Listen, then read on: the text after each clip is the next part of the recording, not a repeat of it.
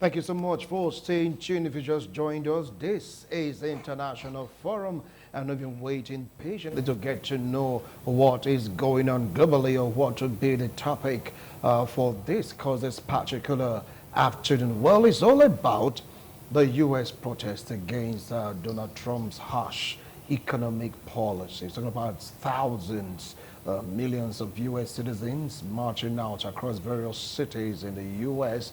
to say, Donald Trump, please, even if you want to make America great again, we need to be alive to at least savor and enjoy the dividends of making America great again. Because it stands right now, your policies are becoming too tough, too harsh, they're becoming overbearing. Anyway, Trump, of course, reacted, and Americans also reacted. With me here in the studio, I have seasoned analysts that really share their views and their opinions on this particular discussion. With me here, sitting very close to me, by my left, is Honorable Frank Amigo, a lecturer in Uniben, of course, a clergyman. Honorable, it's a pleasure to have you join us today. Thanks for having me. All right. And so very close to him, he is Derek Nwago. Yes, Special Assistant to the Senator, right, representing Edo South Senatorial District, yeah, and of course a political analyst, political affairs commentator. But people will be expecting me to, like, go through stories making round the world because of the intensity and the timeliness of this topic. I really want to dedicate more time to get to hear analysts elaborate on this particular discussion. And I like Brother Frank Amigo to really tee off this discussion for some good reason. Then we'll move straight down to Derek, then to Honorable Higara, because it's the, at least first-hand information, so to speak. But what do you feel about U.S. protesting about harsh economic realities for the very first time in a long time? They used to protest about guns, about killings. Right now they're talking about harsh economic policies of the President Donald Trump. Yes, ordinarily, I wouldn't want to sympathize with them at all because they voted him into power a second time. The first term of Donald Trump was a disaster, and he was able to convince them this time around, and I wonder why they voted him back into it. And what they wanted is what they are getting now. So I'm sympathizing with some other innocent Americans and some other parts of the world because everybody is affected globally. The protesters are demanding for just three things. Number one, that the level of corruption should end as soon as possible. Then number two, that the slashing of federal funds for Medicaid and Social Security and all that, the way the president slashed that, it didn't go down well with a large majority of Americans. And they thought the attacks on immigrants, attacks on trans people and other communities, you know clearly that what Donald Trump has done is not just against the U.S. in particular, but by extension, a global attack. And one thing with an authoritarian leader is they don't care what happens to the next person. They don't care, and they knew his kind of personality before they voted him in. That's why initially I said I don't sympathize with them. And again, anything Donald Trump will want to do, he will first of all say it. So there's no new thing as to what is happening now. That he will come into power to do ABC, he has long said it. So for the people to be crying now is of no consequence because they knew it all along. They should have the resilience to withstand whatever harsh policies just for 3 years. 4 years now, starting from January. They should bear it because while the electionary process was on, a lot of persons were chanting in solidarity for Trump. And here is the Trump. So I wonder what they are complaining about. When we were saying this during campaigns, people didn't look into details as to what he meant. But now he's reading out word for word what he has promised.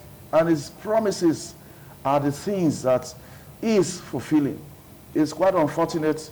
A lot of economies are being affected, including ours in Nigeria, that there have to be some reviews in our fiscal policies and all that. So Donald Trump doesn't look before he leaps. And whatever thing he has done now, as I've always said, he mentioned it. All right. I'll come back to you. Said whatever thing that is happening right now, he mentioned it, and they voted for him. And right now, they're beginning to see the true picture, and they're coming out to protest. You said you don't have this swell grade of pity for any of the protesters. Anyway, I'll come back to you on that. Honorable Derek, what do you feel about this? Do you feel this pity for the American citizens coming out to protest against the harsh economic policies of Donald Trump? Derek, over to you. Derek is the name, no title, please. Okay, fine. And I'm the legislative aide to the senator, not special assistant. Okay. You know, the issue of pity has nothing to do with us here in Nigeria. We have our own problems too. So the only major concern for me is for a single individual to have been able to crash global stock markets. You know, it's amazing. The Dow Jones is down. The S&P is down 13% in just 3 days. You know, all the markets are down. Taiwan stock market is down, the lowest in the history of Taiwan. You know, talk of China, talk of even Russia that was not slapped with a tariff. Their stock is down. Hong Kong is down, the lowest since 2028. You know, you remember the 2028? 2018? 2028, 2008. Okay. You know, where the global stock market was seriously down. You know, so most countries are in their lowest of the low since 2008. It is amazing. You know, but talking about the protests rocking every part of America, you will recall that since January 18th, 2025, protests have been going on.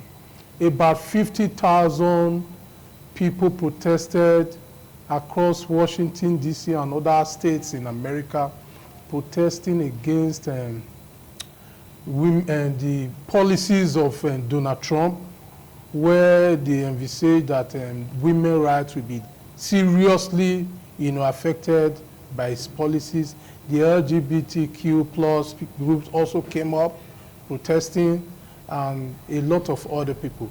Then recently, we also saw the anti-Elon Musk protest, where protesters gathered in Illinois and other, you know, parts of America, asking Elon Musk to remove himself from the Donald Trump government, harsh, you know, policies.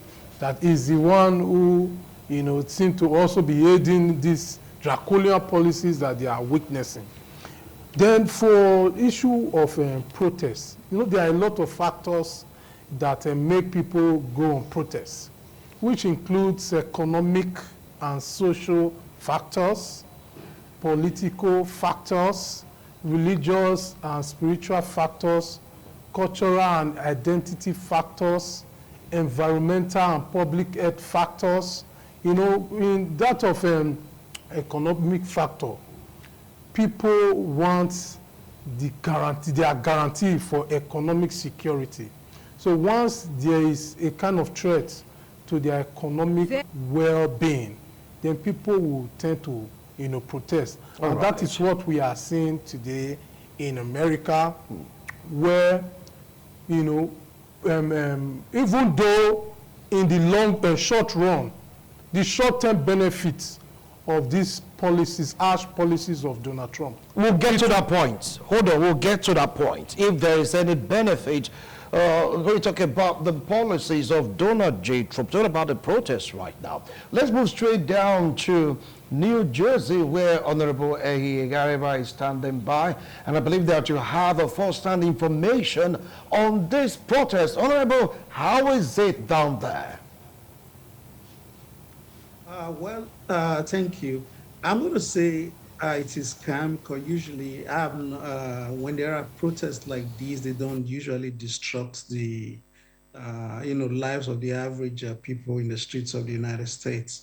But with that being said, I would say for the most part, I'm supporting the policies of President Trump for obvious reasons. You have to look at a situation where the US is about $36 trillion in debts. And if he's going to remain politically correct and just do average things like other presidents, then there will be no drastic action taken to try to reduce the deficits. Okay. And if you are going to do something drastic like that, means you have to, because it's a desperate times call for desperate measure. And he can see that a lot of American jobs have been exported outside. For instance, most American companies that you know about, most of their productions will take place in Asia. Asia has become the production hub of the world. And there had to be a recalibration of this to bring the jobs back. Because Donald Trump, as a businessman, realizes that uh, all the big economies in the world, the United States is their largest trading partner. So for a fact, the US hold the aces. Then my brother in the studio had talked about, the three issues regarding the protests. For me, I may not want to talk too much about the LGBT community, but however, I think for us that have children here in the United States, we think it's germane and very impressive that the president has chosen to redirect the moral compass of the United States and help the country to identify as a Christian nation, which was what the founding fathers have intended. Because if you remember, the motto of the United States is "In God We Trust." I don't know if God is identifying with a country that's, is not having some people identifying also or calling themselves X in terms of their sexual orientation or even they are neither male or female. They just put X, in their, even in the passport. I think all of this needed to, be reorganized. Then you are going to talk about the immigration situation. I think there's going to be some clarity here. The Donald Trump's administration is mostly, trying to clean the system of people that you will call undocumented immigrants. Who are the undocumented immigrants for the most part? You know, I think till date, you can't have a single Nigerian that has been brought back from the United States or even an African. Why? Because for the most part, it's almost impossible for the Nigerian to come here undocumented. They would have been fingerprinted and their biodata taken at the United States Embassy back in Nigeria. So the United States is aware of their presence here. They have their biometrics in the system. Well, it is just not possible for you to have your borders open and people troop into your country. It's like leaving your front door open in your house and you do know you have X number of children, but just about every kid on your street can just troop into your home. It's that way it compromises the security of that home and makes it almost impossible to plan. So all of these things are hard decisions for the president to take, and he's decided to, do a bold one. And I think on the long run, America is going to be, better for it because if you look at the trade imbalances, if you look at the tariffs that have been imposed, on America by countries, it's been largely unfair. Millions. Now, from what he said America stand to gain. He talked about trade deficit. He talked about American debt burden. He talked about companies leaving America to go do business in China, that all this would change because of what Donald Trump is doing. It might be harsh, but America stand to gain a lot. Honorable. Yes. You don't cut off the head because someone has headache. If in the long run, people are going to benefit from it, will these people survive till the long run? That question has to be answered. if somebody is having malaria in the system, and you have a drug that can kill the malaria parasites, you also have in your mind, after killing the malaria parasites, will the patient still be alive? So if you're going to have policies, and thank God the policy has been tagged ash, indeed. People that live in America, maybe Honorable is economical with the situation because it's right there. The moment whereby you have an authoritarian leader, which Trump is, and never been his fan at any point, that he might start doing such executive declarations just to punish one or two persons. But he's forgetting so quickly the negative impact it will have on the generality of the people. It's against China. It's about 50% tariff that is being proposed now. You want to fight China, and you are not producing anything. A lot of these commodities are produced in China, then imported into US. And now you're going to place a high tariff on it. Who are you punishing? If you place a high tariff on it, they will jack up their prices. And at the end of the day, who's going to suffer it? The people you are leading are complaining. There's a common thing they say, they say, let the sleeping dog lie. And that statement was made by a dog. The dog acknowledged that, my boss, you are the owner. You own me. But sir, whenever I'm sleeping, leave me alone.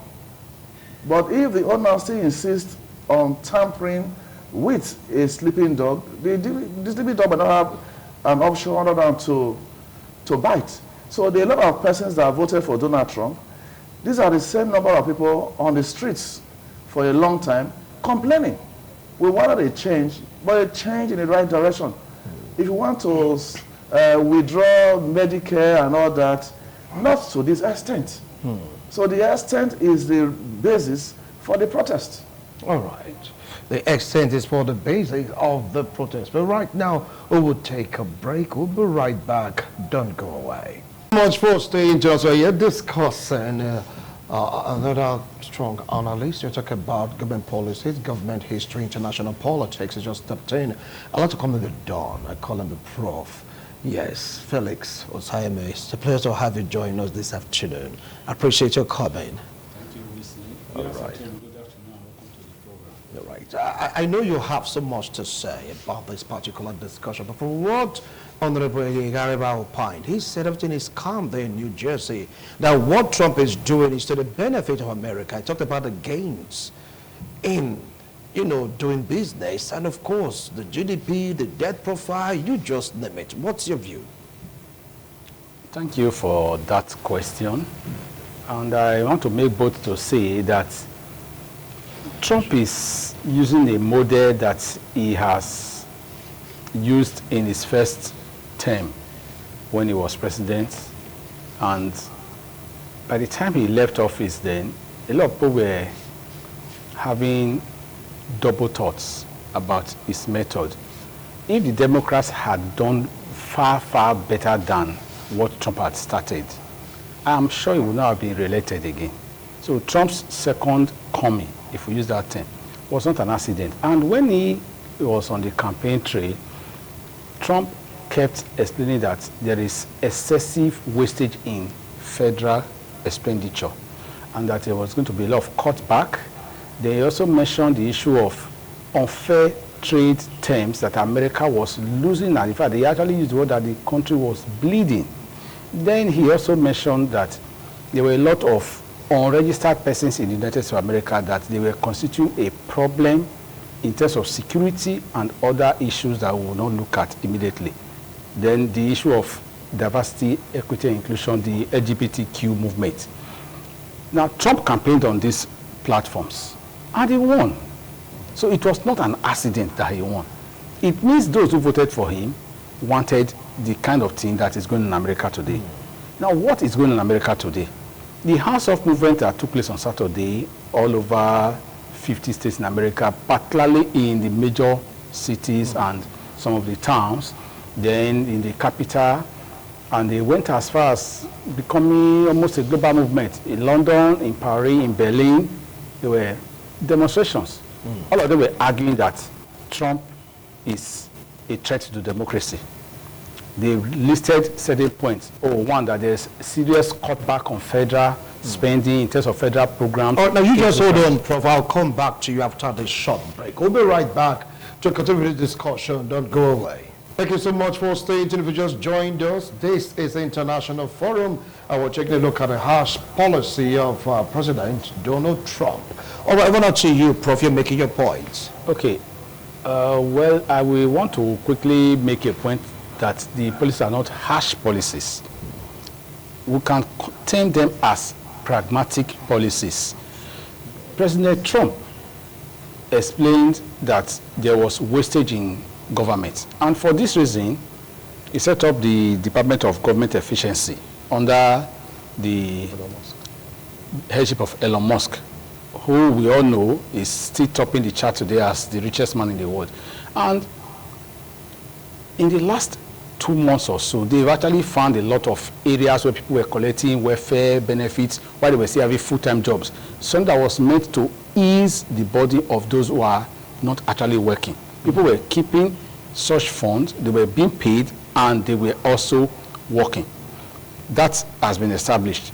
They've also found that there were some congressmen that were now into some kind of, let me use the word, underhand deals, trading on the stock exchange, which the law did not permit them to do, particularly most of the Democratic members of the Congress.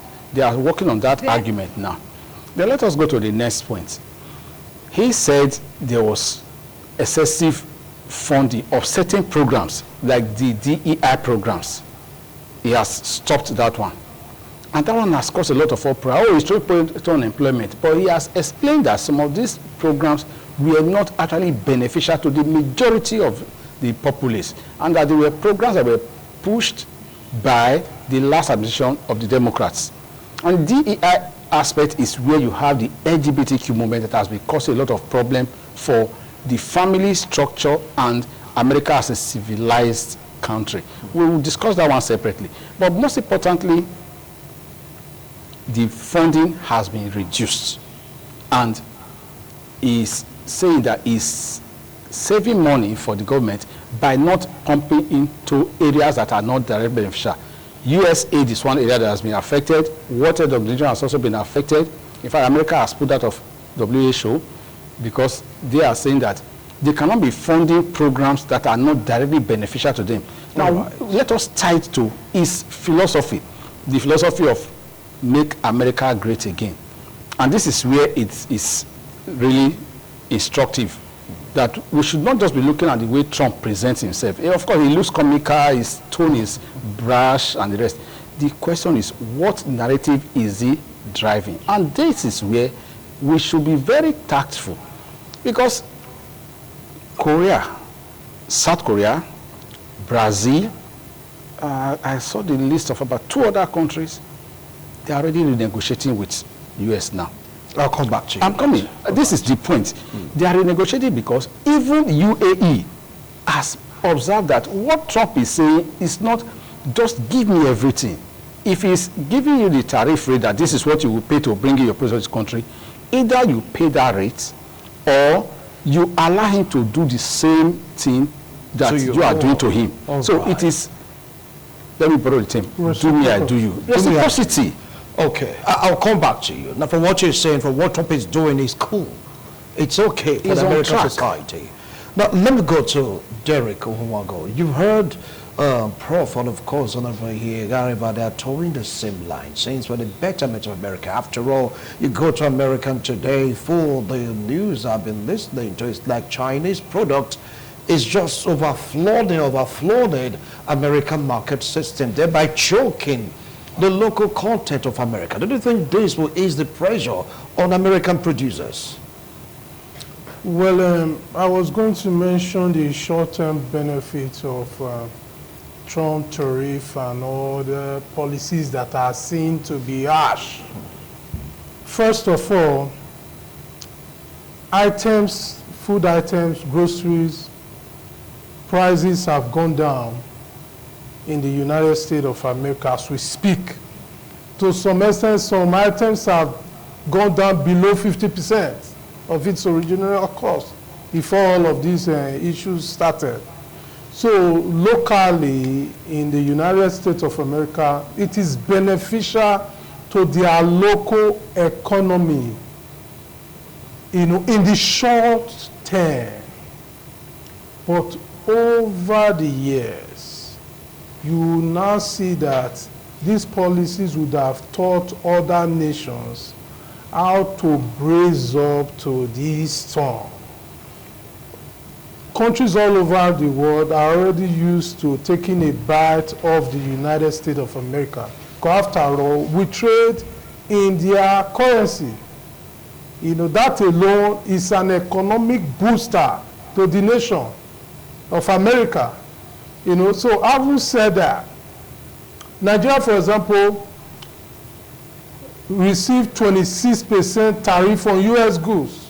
But for the first time in history, Nigeria have to pay 14% tariff when we import goods to America, courtesy of Trump policy. So locally, it's beneficial to the American producers. But are you also aware that recently China have pulled out on the agreement to prosecute any counterfeiter of US-made goods? And remember, this was what actually make China a great economy today. In the era of video CDs and DVDs, when it cost $100 to buy a video CD machine way back then, China could produce that same product and sell it for $10.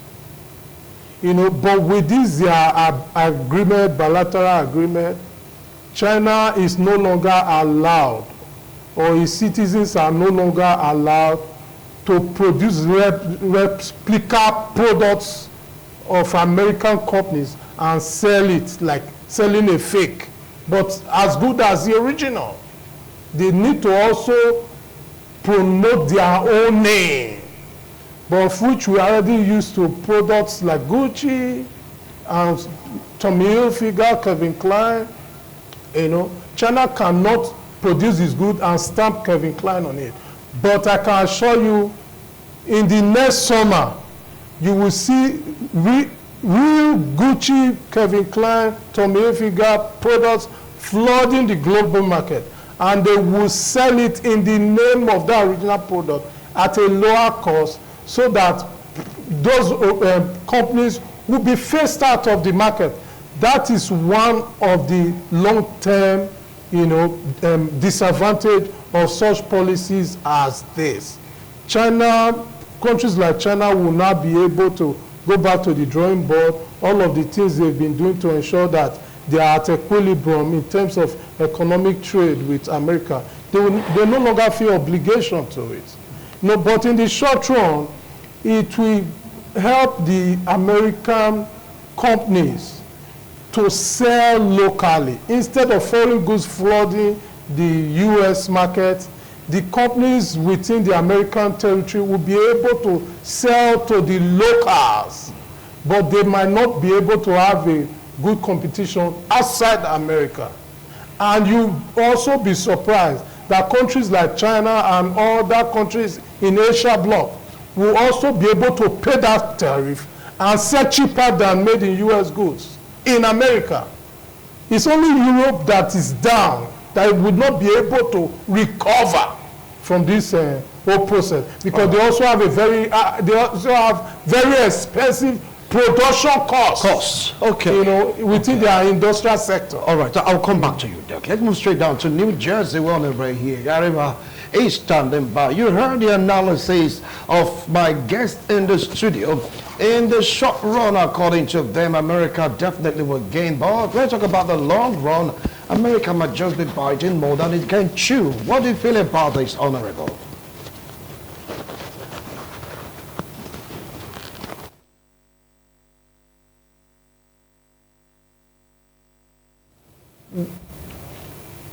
Can you please unmute yourself? I can't hear you, Honorable. sorry about that. All right. I think on the long run, the president looked at this very holistically. When I'm glad the professor in the studio talked about DOGE, the Department for Government Efficiency. You see, they looked at a lot of things. Like there are a lot of people who are on different grants and programs by the government who can actually work. There are a lot of people who are able, who are on the permanent disability, who have been paid for many years without lifting anything. So all of these are under review. They've not been stopped. There's just been a pause has just been put on it. I'll give you an instance when you talk about wastage in government. For instance, an Ivy League school here in the United States, Harvard University, gets $9 billion annual grants from the United States government. That's about 25% of Nigeria's national budgets. $9 billion from a university that have an endowment of about $53 billion. And so what do they do with the excess fund coming from the government? They buy shares from other companies. They just do whatever they like with the money. Meanwhile, in the United States, two-thirds of the citizens of the United States do not have a tertiary education. And another over 40 million of American citizens have student loans to pay back. And meanwhile, there's an institution that is rich, mostly for the rich, that can afford not to need a dollar from the United States, getting $9 billion from the US government every year. That has stopped. Imagine the US through the USAID paying $300 million to India for voter sensitization just to promote democracy. Now, what has that got to do with the United States if they are voting in India or not? So there's been a lot of areas of waste. Then when you talk about the economic policy, I hear my friend talk about letting sleeping dog lie. No, you cannot let sleeping dog lie, because China is a major competitor with the United States. And I tell you what, the Chinese right now are talking tough, because for foreign policy stands, you need to be seen, to be given tit for tat. But they do know that America remains the largest market, and without the United States, there will be no China. The Chinese economy will crumble, and that's the truth of the matter. And there are a lot of covert means through which China attacks the United States. For instance, do you know they move most of their factories to Mexico because tariffs in the Trump 1.0 were placed on China? So they moved factories to Mexico to produce in Mexico and import into the United States. So that's one of the reasons why Mexico is also getting their tariffs. What President Trump is actually asking for is not a big deal. If a lot of people would just look at it from the point of view of fair trade, the United States has been treated unfairly in terms of disparity in tariffs. There are countries that have charged the United States, like Canada, is been charging United States tariffs, while United States wasn't hitherto charging them tariffs.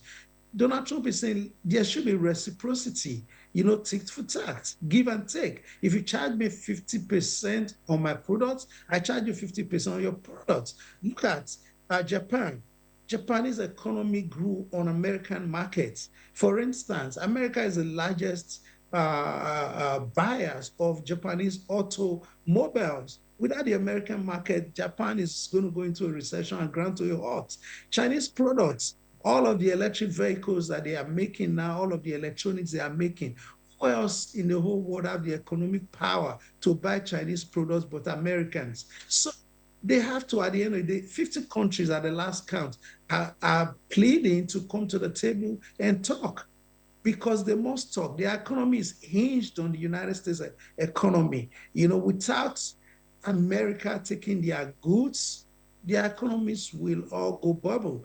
For the stock markets, the stock markets, definitely they are not going to be happy. It's like asking if chicken are happy at Christmas. They're not, because they're going to be slaughtered. The stock market wants stability and consistency. So when there's a volatile economic policy like this coming from the economy in the world, I will come back to you. I'll come back to you. You've given Thank you. so much points why Donald Trump is doing what he is doing. Well, Honorable Frank, you heard Honorable He. It's like saying that Donald Trump is not asking for anything excess. Treat me the way you want me to treat you. Let's balance this trade. If that's the case, why are Americans protesting? Yes, what Donald Trump is doing is showing to the American nation a page. Then the Americans that are protesting, they turned that page and saw a different thing entirely. My colleague here and Honorable A, maybe they are pro-Trump. I am not. Openly, I am not. So you can't be saying that right here in the studio, that what Trump is doing is right. It's not right. So if we claim that the policies are right, let there be a counter protest to showcase the dividends, in quotes, of what Trump is doing. So if Berlin, Paris, and all that, they are joining the protest, it means something is wrong. Americans will commonly know they are intelligent.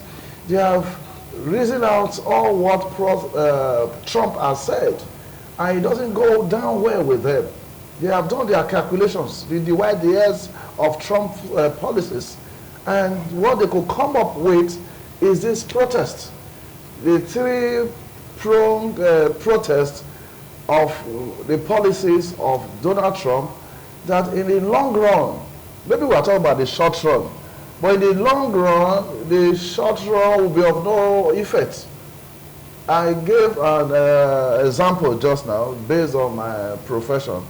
If you have a drug that can kill malaria parasites in a patient, and you administer the drugs, you check the blood of the patient, no more parasites. They have to now go back and do an autopsy on the patient, and the patient died. So you are bringing up policies that are not people-friendly. So that's the caution we should draw right now. It's not a theoretical thing. People are feeling the brunt already. And people feeling it are the ones coming out to protest. I'm not feeling it yet. I could as well agree with Trump. But not to do that as a reasonable Nigerian, you don't have to wait until it happens to you before you know the gravity of the policy that is affecting the Americans so badly. So if they could come out and establish that these policies are bad, we should agree with them.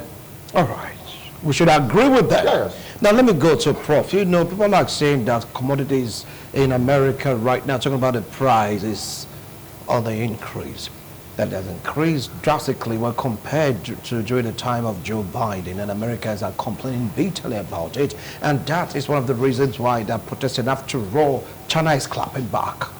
EU is clapping back. Other nations are clapping back. Why some that solely depend on the U.S. economy, they are coming to the table to negotiate, but you just can't say that Americans are not feeling the impact of this war. The trade war concept, I find it a bit disconcerting to say it's a trade war. It's not yet a trade war. They are still at the opening sequence of the activity. Oh, Trump said, I will put 34% tariff on goods coming in from China. Who wants those goods that are coming from China? Most of them are American companies. They outsource their production because the cost of production in China was cheaper than the cost of production in America, because America has strict labor laws and has a minimum wage that is not commensurate with what is paid in China. So that's how they were making massive profits. And the profit was not actually circulating. And meanwhile, which we should also take note of, most of these products that we are talking of as American products are patented. It means they are protected by copyright laws. That also means that you cannot produce them unless you have authorization, or if you do, you pay something to the owner of the patent. That is what the Chinese have respected. The Chinese are saying they will not respect that policy anymore. But on a very good day, China is actually the workshop of the world right now, where most of these are produced. What do you think will happen to those companies that are owned by Americans if China continues to slap America with the same tariff? The companies will come back home. Simple mathematics. You will lose the company. You think you are smart. Oh, fine, you have 1.6 billion population. How are you going to take care of your population when the market that you were relying on is shutting its doors against you? Because you are still going to bring your product into the same market. And let us not also forget the fact that the greatest edge that the United States of America has over China today is in R&D, research and development. The Chinese are doing well, but they have not even gotten up to half of where America is. So we cannot remove all these things. Trump did not just wake up and throw spanner into the works. We should not be looking at only short term. We are looking at, these are strategic moves.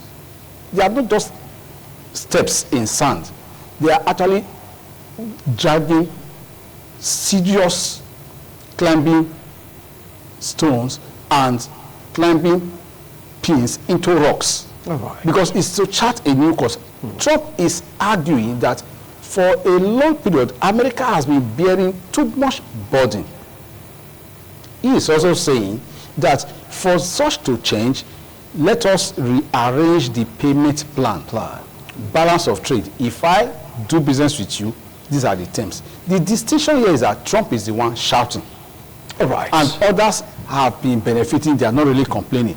Okay. Nothing good lasts forever. America has argued now that we have taken the burden for too long. Funding of certain agencies will no longer do it to this extent. The only advantage America sees is that the dollar is the international currency, and that is where America has been having leverage. Meanwhile, BRICS has come in. I'll come back challenging to that. You just hold on. Now, he just raised the point. With this kind of trade war on the ground, he said this is just a preamble. Do you feel that other countries will choose to do business with their own currency, thereby breaking the hegemony of the U.S. in the global market? It's really not about the currency. It is cheaper to do business with the US dollars. Everybody knows that. Are you sure it's cheaper? All day long. The only issue here, and I said it before, that these policies at the long run, we only teach the world how to now deal with an America with new concepts. You know, for example, there's no way the U.S. economy or industrialists can compete with the Chinese industrialists. How is this? The Chinese economic principle depend on overproduction. And the more you produce, the cheaper your cost of production, including overheads and every other cost centers. But America depends on stopping production where marginal cost equals to marginal revenue. It stops at that parallel line. So their production costs will continue to be much higher than many other countries in the world.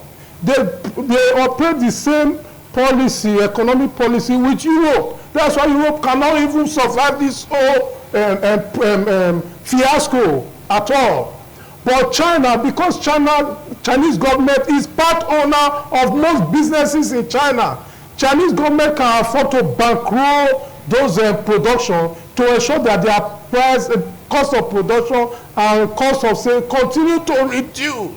So if they now decide to agree, let us all slap tariff on each other. Chinese product will continue to flood the U.S. market so long as they do not ban imports of Chinese goods into American market. Chinese will always survive this. Countries like China, Chinese, Vietnam, Bangladesh, those parts of the Eastern Bloc will survive it. But Taiwan is crying already. Yeah, they will cry in the short run. But much later, they will adapt. And I can also assure you, contrary to what our professor said, that the owners of those industries in China will keep them there because it will benefit them.